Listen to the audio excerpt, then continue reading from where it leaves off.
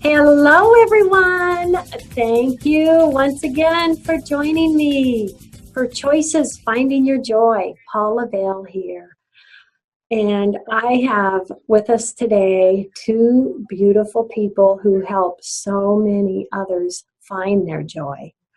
I am so happy to share with you today Doctors Ron and Mary Holnick. They are pioneers and worldwide leaders in the field of spiritual psychology, as well as teachers and facilitators of awakening in consciousness. They are renowned educators, authors, and the founding faculty and co-directors of the University of Santa Monica, where they have designed, developed, and facilitated educational programs for the past 35 years. I am so happy to share the two of you with everyone today. I want to say first off, welcome, Ron and Mary. Thank you so much, Paula. We're delighted to be with you. Yeah, this will be fun. Yes, I'm so honored, and we are just going to have so much fun today.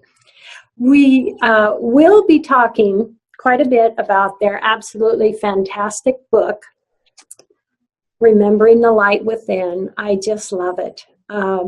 First off, would either of you like to share a bit of your background, or would you like to just jump right in and start sharing to those that don't know what it is? What does awakening mean? Well, awakening to us means awakening to our essential nature, to our spiritual nature, which is loving, joyful, peaceful, wise, and more. And it's a process really of remembering. You know, it's like we come onto the planet and we fall into spiritual amnesia, usually around the age of 6 or so. And then we have the wonderful task and opportunity to learn to discern between the ego and the authentic self, and to dissolve the barriers that really block us from the awareness of who we truly are. Oh, I love it. And, you know, finding that and becoming aware really is a big step, isn't it? Oh, yes, indeed. Yes. But, you know, the good news is it's everyone's destiny. Sooner or later, we will all wake up. The only real variable is time. And as we love to say in our classes, and the only time is now. It's never a month ago. It's never a month from now. The only time we're really ever in is now. So we may as well do the work now, because that's all the time there is. Yes. Now is where we put things in motion, isn't it? Yes. Yes, now is where we make choices. Now is really where we have the opportunity to heal, to awaken, and also then to turn and be of service to others. So what would you say to the viewers? What could be a first step for them in this direction? Well, a very first step really is to consider that possibility that you are more in consciousness beyond your mind, beyond your thoughts, and also beyond your feelings. That there's a whole other level of consciousness that we refer to as the authentic self that you can access. And you don't access it nearly as much by doing things like meditation and trying to become more awake. Really, the best way that we have found was set out in the words of the Persian mystic poet Jalaluddin Rumi, when he said, "Your task is not to seek for love, but merely to seek and find all the barriers within that you have placed against it." And to that we add, and to dissolve them. So once a person learns the technology of dissolving these barriers, and in a way, it's really not that hard to do. It just takes practice because we're not used to doing things that way. But every time you resolve one barrier, you will see more clearly and you will experience a greater sense of loving, which is your essential nature within. Oh, I love that. I love that. And we all have that essential nature and that loving within us, don't we? Yes. We do. And it's so wonderful. I think sometimes people with the best of intentions get very involved in an attempt to fix themselves or improve themselves. And really, the ego could be endlessly focused in that way, where it's more about letting go and recognizing that within us lies the majesty of the soul, and that this is not a theoretical concept, but a practical reality that we all can experience and live into. Mm-hmm. And the reason that we know it's a practical reality is that we have seen thousands, literally thousands of people move forward in this awakening process. So we know that it works experientially. These are not just ideas or postulates or principles that are just based on what our mind has come up. They're based on things that we have observed and participated in over these past 35 years. And, and you've created the work at, the Santa Monica University. I can imagine the effects that you have seen in these years. Really? Oh my goodness, we are so blessed. We have a beautiful community of graduates. We have over 5,600 people who have graduated from the programs that we offer at the University of Santa Monica. We had an introductory evening on this past Tuesday night where some of the graduates, people who just completed the program in July, spoke. And I must say, it was breathtaking for me listening to them, the transformation that they had experienced and the movement forward in their lives and the ways in which they were now showing up, being of service, contributing in ways that they previously had not done. So it is very inspiring work.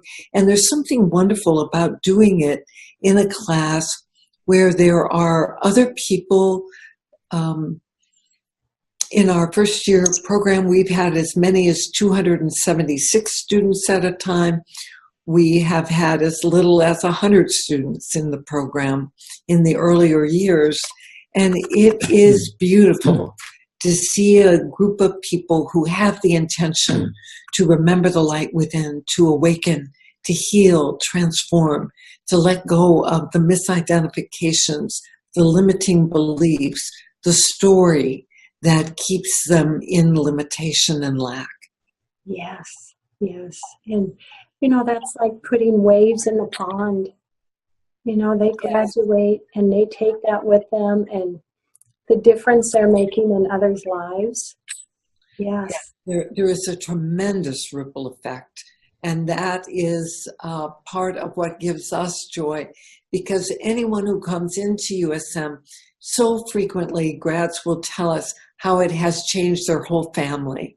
And at USM events, it's not unusual for us to meet the parents of graduates or the spouses, the children, and just the beautiful blessings that have unfolded for them. Because this is practical spirituality, and that's why the book is written the way that it is. It provides information, inspiration, and stories, but it also, at the end of every chapter, there are practices, very specific ways that people can lean into this, try things out in their lives, discover how it works for them, and to experience the benefits and the blessings. This is one of the reasons the book has 26 chapters, because a great way to utilize it is to take one chapter and work with it for 2 weeks. That way you have a year-long course at your fingertips that you can continue to refer to.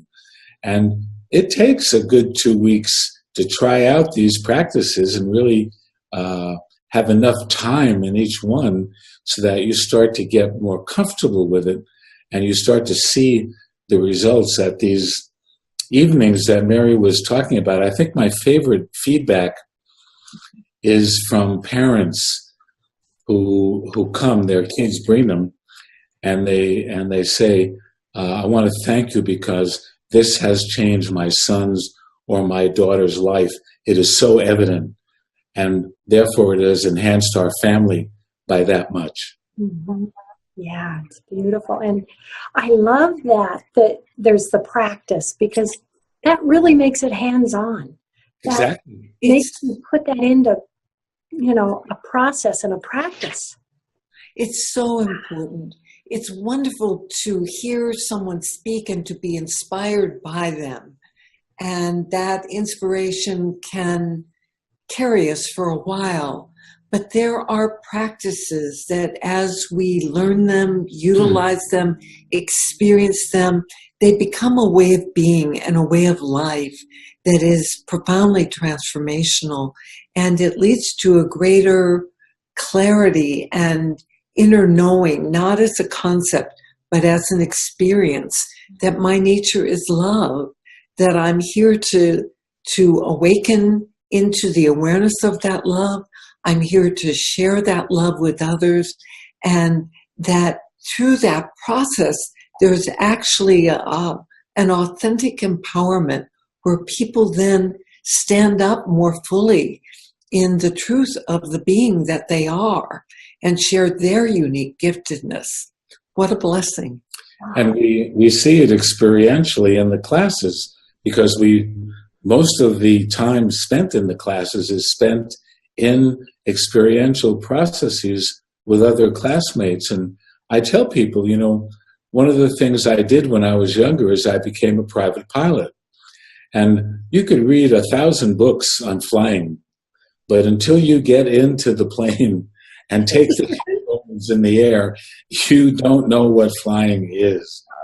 And so this is why our work is so highly experiential. Yes. Oh, I love that. I love that. I'd like to touch on, so much is out there about our ego. Is it good? Is it bad? Is it, how does the ego play into awakening? Where do we, want to be with our ego? See, the ego actually is very, very, very important, because it is only through the ego that we can discern what we refer to as polarity, positive and negative. The soul doesn't discern positive and negative because the nature of the soul is loving. There's no polarity. So in order to operate in this world, we need an ego. The challenge that we have is the way that we have all been brought up. We have been brought up so that the ego is in charge. And every now and then, we get a glimmer of what has often been referred to as the still small voice within, which is the authentic self. But it doesn't really care about power, and so it's content to just observe and learn through observation. But as you awaken, what happens is that the authentic self in consciousness begins to get more and more and more powerful, and the ego shrinks in its power until you finally reach a point where the authentic self, which is the essence of your soul, takes over total dominion, and then the ego becomes the faithful servant, which is what it was designed to be in the first place, and it now carries out the orders or the directions of the authentic self rather than the other way around. It's like it's as if we're walking around with our computers and our cell phones, and they're in charge. Mm-hmm. In some ways, it seems as though they are. Yeah. They let us know when they want us to talk to them, but really, it's the programmer. It's the one inside that is the one that wants to awaken. Yes. I've always looked at the ego as it's a good thing. Yes, It's good to have. We just don't want it to be out of balance.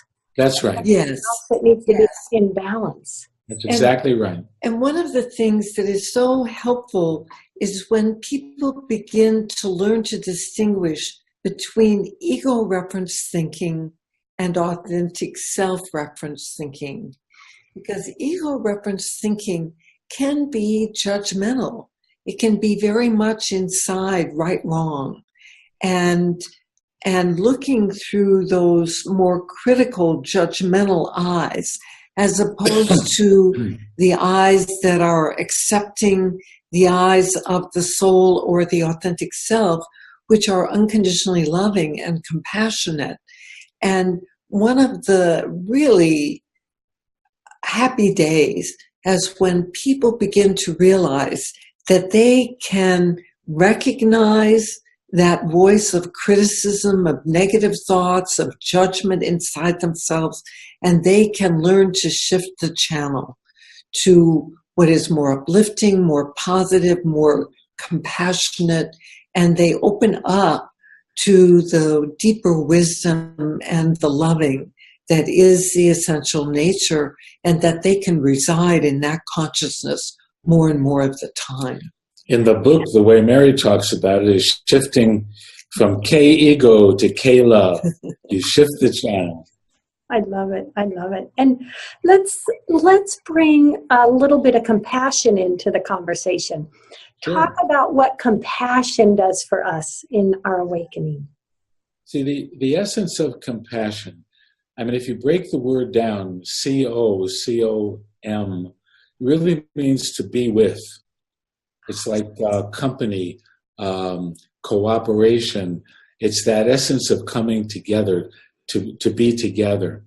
And the word passion really, and I know we don't tend to use it this way, but the word really means suffering. If you look that word up, it's like the passion of the Christ. You really are going to see that it really means suffering. So the word compassion really means to be able to be with someone who is suffering, and to not judge them, and to not wish that they were doing it any differently, and to not judge them for the way that they're expressing themselves, but to understand that they really are doing the best that they know how to do, and that your job is to love them, really, and be able to bring that loving presence with them. This is what hospice is all about. It finds its way into that frame of work very accurately, to be with those who are suffering.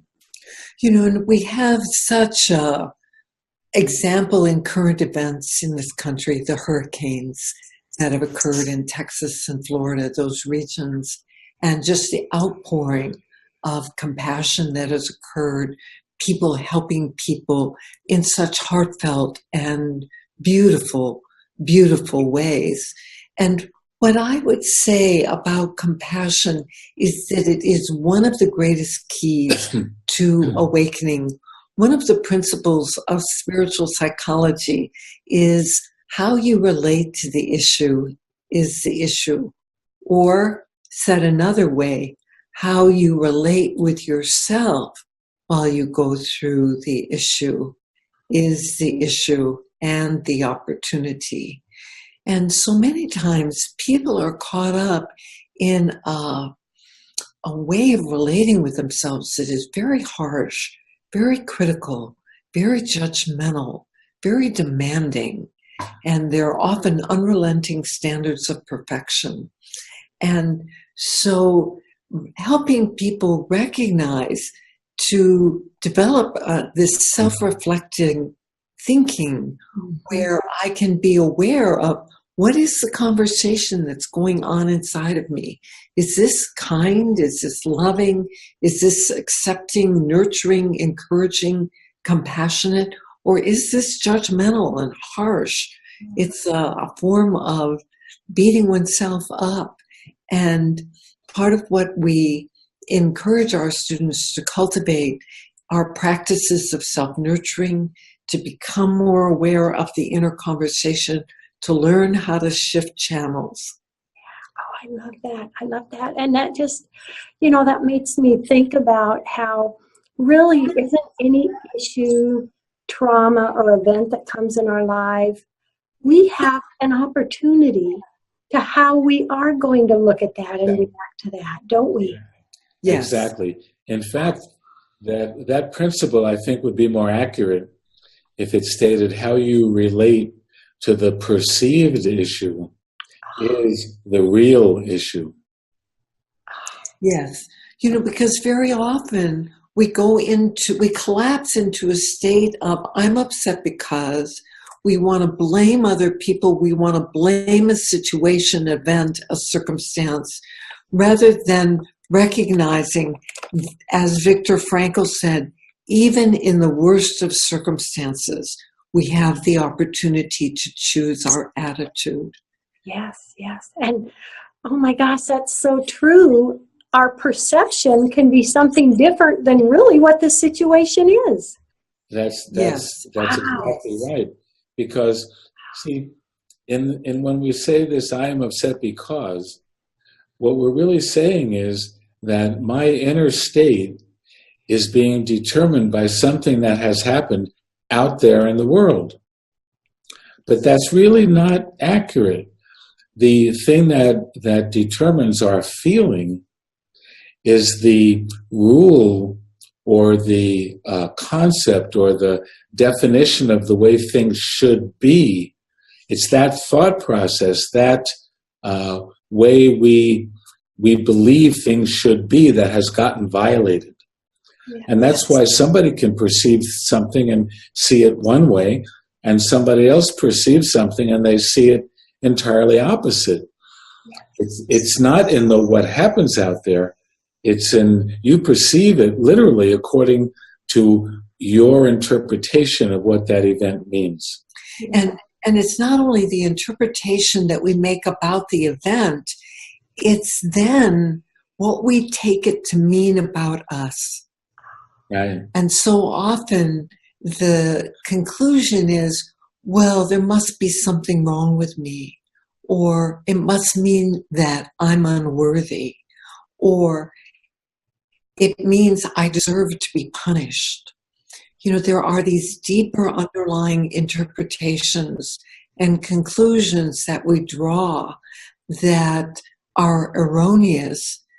And part of the work of remembering the light within, the work of spiritual psychology, is helping people become aware of those deeper misidentifications and misinterpretations and to let them go.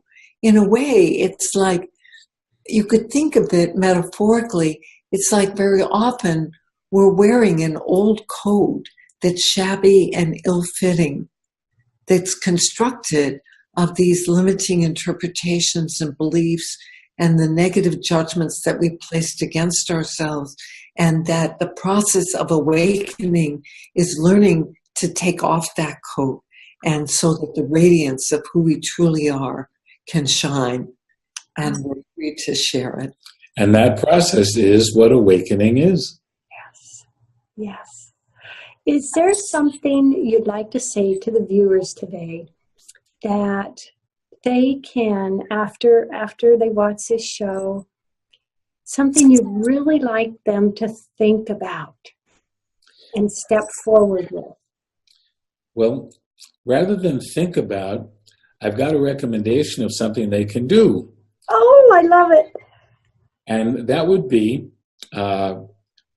pick a day, any day, and from the time you wake up in the morning until the time that you go to sleep at night, and you can do this whether you believe it or not, you just do it anyway, and that is everywhere you go and everyone you see them through eyes that are saying something like, wow, there's somebody in the checkout line at the supermarket. They are a soul having a human experience, just like me. And there's the person behind the checkout counter checking them out, and they're a soul having a human experience just like me. And their essential nature is loving, no matter how they sound, no matter what they're doing, no matter what they look like. That's a soul having a human experience. You do that for one day, and I would wager anything that's going to have an effect on you of a positive nature. And what I would share, Paula, I encourage those of you that are listening and watching, set an intention to remember the light within. Set the intention to remember your essential nature, to experience yourself as the presence of love, as living love. And intention is extremely important. An intention that is heartfelt, it will be responded. The universe will respond to that and will begin to bring forward experiences and awarenesses that will support you in remembering the light within, in waking up into the love that is your essential nature. Yeah. Oh, that is so beautiful. We have about 2 minutes left in the show. Mary and Ron, what last words do you want to say to everyone? Well, for a lot of people, what I would say to them, and I'd probably be talking to some part of them that would be very young. Mm-hmm. And what I would say to them is, you've never done anything wrong. You always did what seemed like a good idea at the time. And that's a very healing thing for people to really know. You know, that is beautiful, Ron, because it's really about distinguishing who we are, who you are as a being, from experiences that you've had and from things that you've done. That those two things really are different. And we can learn from our experiences, and we can learn to make different choices that are more in harmony with our essential nature. But we don't need to continue to judge and condemn ourselves for choices that we made that didn't work out so well. That we can let those go, and that frees us then to make new choices more in harmony with the love and more in harmony with the heartfelt dreams and aspirations that we hold. Yes. Oh, thank you so much. This has been so beautiful. Oh, I just enjoy the two of you so much. Oh. Thank you. Thank you very much, Paula. It's really a privilege to be with you and just experience the beauty and radiance of your being and your open heart and the love and the message that you bring to your community. Thank you. So happy. Thank you so much. And thank you for all you do for others and your beautiful sharing energy. I'm just so happy that we've been connected. And to all the viewers out there, thank you for joining us. Love, hugs, and blessings.